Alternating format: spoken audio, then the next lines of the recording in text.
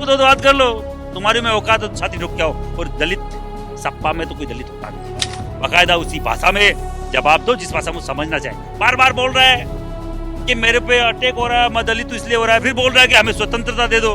तो स्वतंत्रता दे दो ना, ले लो तुम स्वतंत्रता, फ्री हो जाओ, आ जाओ, तो बात कर लो, तुम्हारी में औकात तो छाती ठोक के आओ। और दलित सपा में तो कोई दलित होता नहीं। कानून बनाने वाला व्यक्ति 2% की बात करे, कानून तोड़ने की बात करे, तो सबसे पहले उस पर कंटेम्प्ट टू कोर्ट लगना चाहिए, उस पर कानून तोड़ने का मुकदमा लगना चाहिए।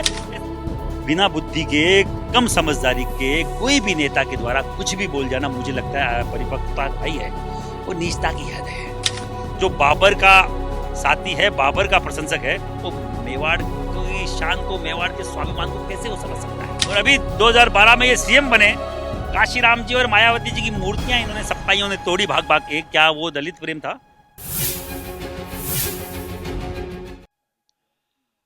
इस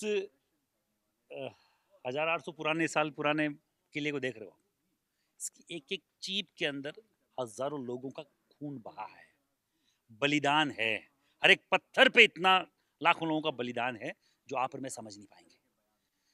बिना बुद्धि के, कम समझदारी के कोई भी नेता के द्वारा कुछ भी बोल जाना, मुझे लगता है परिपक्वता नहीं है, वो नीचता की हद है। वो अपने देश के गौरव को गौरव बोलने से जो कतरा रहा है, मुझे लगता नहीं वो यहाँ का और यहाँ के लोगों के प्रति उनका सम्मान उसके मन में है। जो बाबर का साथी है, बाबर का प्रशंसक है, वो मेवाड़ की शान को, मेवाड़ के स्वाभिमान को कैसे वो समझ सकता है। मैं आपके चैनल के माध्यम से बोलना चाह रहा हूँ, ऐसे किसी भी गणित मानसिकता के व्यक्ति को बाकायदा उसी भाषा में जवाब दो जिस भाषा में समझना चाहे। बार बार बोल रहा है कि मेरे पे अटैक हो रहा है, मैं दलित इसलिए हो रहा है, फिर बोल रहा है कि हमें स्वतंत्रता दे दो। तो स्वतंत्रता दे दो ना, ले लो तुम स्वतंत्रता, फ्री हो जाओ, आ जाओ, तो बात कर लो, तुम्हारी में औकात तो छाती ठोक के आओ। और दलित सपा में तो कोई दलित होता नहीं है। सपा मतलब सामाजिक जो ये जो उनकी जो थ्योरी है वो समाजवाद की है। अपने कोई भी नेता को परिवार का व्यक्ति मानते हैं, समाज का व्यक्ति मानते हैं। वो न तो स्वर्ण मानते हैं, न कोई दलित मानते हैं। और दलित अगर ये मानते हैं तो 95 में मायावती जी के साथ इनके पिता ने क्या किया पूरा देश जानता नहीं है क्या?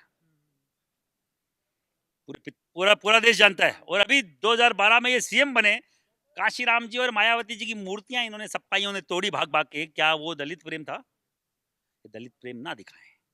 दलित सबसे बड़ी मायावती है, दलित नेता जो बोल रही है, ये सपा का केवल राज्यसभा सांसद है और एक नेता है। ये नेता की जबान है जो बदजुबान है, और ऐसी जुबान पे लगाम होनी चाहिए। 12 को हम लोग आ रहे हैं आगरा, और बाकायदा हमारी ताकत दिखाएंगे। राणा सांगा की जयंती है आज। इस मेवाड़ की धरती को केवल नमन करने आए थे कि आज मेवाड़ की धरती से हम लोग वापस से तिलक करके जाएं, और बाकायदा 12 तारीख के इस अभियान को, 12 तारीख के इस रण को हम लोग जीते, पूरे देश में मैसेज जाए। हमारे साथ पूरे देश का हिंदुआ, वो हर एक व्यक्ति वहां मिलेगा जो राणा के वंशज हैं, जो राणा का कहीं ना कहीं डीएनए उनके रगों के अंदर है। और जो बाबर के फॉलोवर है, जो बाबर के जो डीएनए वाले लोग हैं, वो ना, कहाँ दिक्कत आ रही है। महिपाल जी, बात करें 12 को, क्या लक्षराज सिंह भी आपका जुटेंगे? हम तो चाहते हैं, आज उनके पिता पितृशोक में इतने दिन थे, आज उनकी पाक दस्तूर था, गद्दी नशीन वो हुए हैं। और हम लोगों को इनवाइट किया था, किसी के भी बुरे समय में आपको खड़ा रहना चाहिए, और उन्होंने बुलाया, हम लोग हाजिर हुए। और मैं चाहता हूँ आपके चैनल के माध्यम से यहाँ पर्सनली भी उनको बोल के कि आप लोग पधारें, क्योंकि ये राणा के वंशज ये हैं। हम तो एक आम सिपाही हैं, महाराणा सांगा के, महाराणा पृथ्वीराज चौहान के, महाराणा प्रताप के। हम तो एक आम सिपाही के तौर पे वहाँ मिलेंगे। अगर कोई सेनापति हमें मिलेगा तो बाकायदा उस जहाँ पे वो तीर, जहाँ पे भाला जाना चाहिए, वहाँ तक हम लोग भेजने की कोशिश करेंगे। महिपाल जी, बात करें तमाम ऐसे जो नेता हैं वो ऐसे शूरवीरों को लेकर के बयान देते हैं, उनको क्या उनकी मानसिकता आप समझते हैं? देखिए, ऐसा है, भारत में बोलने की स्वतंत्रता अगर संविधान देता है तो वहाँ नीति निर्धारण करने वाले जो एमपीज हैं, जो सांसद हैं, मेंबर ऑफ पार्लियामेंट, राज्यसभा सांसद हैं, वो नीति निर्धारण करते हैं। सरकार वो लॉ बनाते हैं, वो कानून बनाते हैं। कानून बनाने वाला व्यक्ति 2% की बात करे, कानून तोड़ने की बात करे, तो सबसे पहले उस पर कंटेम्प्ट टू कोर्ट लगना चाहिए, उस पर कानून तोड़ने का मुकदमा लगना चाहिए। ऐसे व्यक्ति का राज्यसभा में कोई काम नहीं है। जो घृणित मानसिकता से, आप देखिए, जो कानून बनाने वाले लोग हैं वही कानून तोड़ रहे हैं, और वो बोल रहे हैं कि हमें सुरक्षा मिलनी चाहिए। तुम पहले चैलेंज करोगे, फिर तुम पहले आप शब्द बोलोगे, फिर तुम्हें सुरक्षा भी चाहिए। तुमने बोला क्यों भाई? किसके बहकावे में बोला है ये बताइए। और अगर गलत बोल रहे हो तो भुगतना पड़ेगा, क्योंकि तुम वो लोग हो जिनको हमने चुन के भेजा अच्छे के लिए, कानून बनाने के लिए, न कि प्रताड़ित करने के लिए, गलत बोलने के लिए। क्या आपको लगता है कि ये जो फ्रीडम ऑफ स्पीच है उसका गलत इस्तेमाल करते हैं?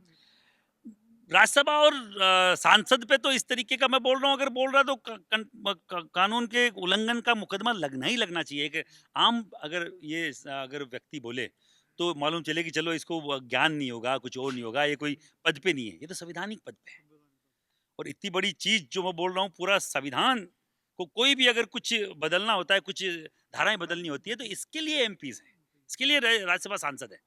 और वही बकवास कर रहे हैं, तो उनके ऊपर कानूनी कार्रवाई होनी होनी चाहिए। जब तक इसको राज्यसभा की सदस्यता से नहीं हटाया जाता, हमारा विरोध जारी रहेगा, हमारा ये जंग जारी रहेगा। जब तक ये नाक नहीं रगड़ता, हमारा जंग जारी रहेगा। और जब तक अखिलेश यादव, जो बार बार हमें भड़का रहा है और बार बार बोल रहा है कि बीजेपी के ये सैनिक है, बीजेपी की ये ट्रूपर्स हैं, ये हिटलर के ट्रूपर्स है, वैसे बीजेपी के ट्रूपर्स हैं। तो भैया ट्रूपर्स अभी तूने देखे होंगे एमपी चुनाव में, यही ट्रूपर्स थे जो इनके खिलाफ, बीजेपी वालों के खिलाफ नारे लगा रहे थे, तुम हमारी जिंदाबाद कर रहे थे। और 35-37 जो एमपी आए हैं ना, वो इन ट्रूपर्स के कारण से आए, तुम्हारी औकात नहीं है। हम पुरुषोत्तम रूपाला का विरोध किया, तुम लोग यहाँ बैठे हो, ये हमारी गलती है, इसको सुधारा जाएगा और डंके की चोट सुधारा जाएगा। और वही रघुकुल रीत सदा चली आई, प्राण जाए पर वचन न जाए, हम बताएंगे हम क्या करेंगे। जंग की आपने बात की, अगर इस समय महाराणा प्रताप और राणा सांगा होते तो आप उनसे क्या बात, उनके अपने मन की बात है वो क्या कहते हैं? अगर आज वो यहाँ होते तो ऐसे गद्दारों को देख के उनका मन बाकायदा चिंतित होता और भटकता भी कि मैं किन अ, गणित मानसिकता के लोगों के लिए घास की रोटी खा रहा हूँ। हम लोग क्यों दर दर भटक रहे हैं, एक हाथ, एक आंख, एक टांग कट गई है, 80 घाव हैं, फिर भी मैं किन के लिए लड़ रहा हूँ, जिनके लिए लड़ रहा हूँ वो खुद डिजर्व करते हैं कि नहीं करते हैं। जो खुद विभीषण बन के बार बार इस देश को खत्म करने का काम कर रहे हैं। अगर उस टाइम महाराणा प्रताप इस टाइम होते, राणा सांगा इस टाइम होते, तो मुझे लगता नहीं कि वो लड़ाई भी लड़ते। मुझे मुझे लगता है कि उनको उनको तो छोड़ देना चाहिए ऐसे लोगों को कि अपने हाल पे, कि भैया तुम जानो, तुम्हारा काम जाने। क्योंकि ये किसी के लिए करते सर्वोच्च निछावर कर दे और वो फिर भी राजी नहीं हो, तो फिर मुझे लगता नहीं है उनके लिए खड़ा होना चाहिए। चलिए सर, शुक्रिया आपका बहुत बहुत। बहुत धन्यवाद। तो ये थे महिपाल सिंह मकराना, जिनसे हमने बात की राणा सांगा के विवाद पर, और आज लक्ष्यराज सिंह के गद्दी उत्सव कार्यक्रम के मौके पर वो यहाँ पहुँचे थे। हमने राणा सांगा पर जो टिप्पणी की गई थी उसको लेकर के उनसे बात की और तमाम सवाल है उनसे रखी। आने वाली 12 तारीख है, वो प्रदेश के साथ देश में बड़ी तारीख है, वो बनने वाली है। वीडियो जर्नलिस्ट कृष्णा शर्मा के साथ रौनक पारेख, पंजाब केसरी टीवी, उदयपुर।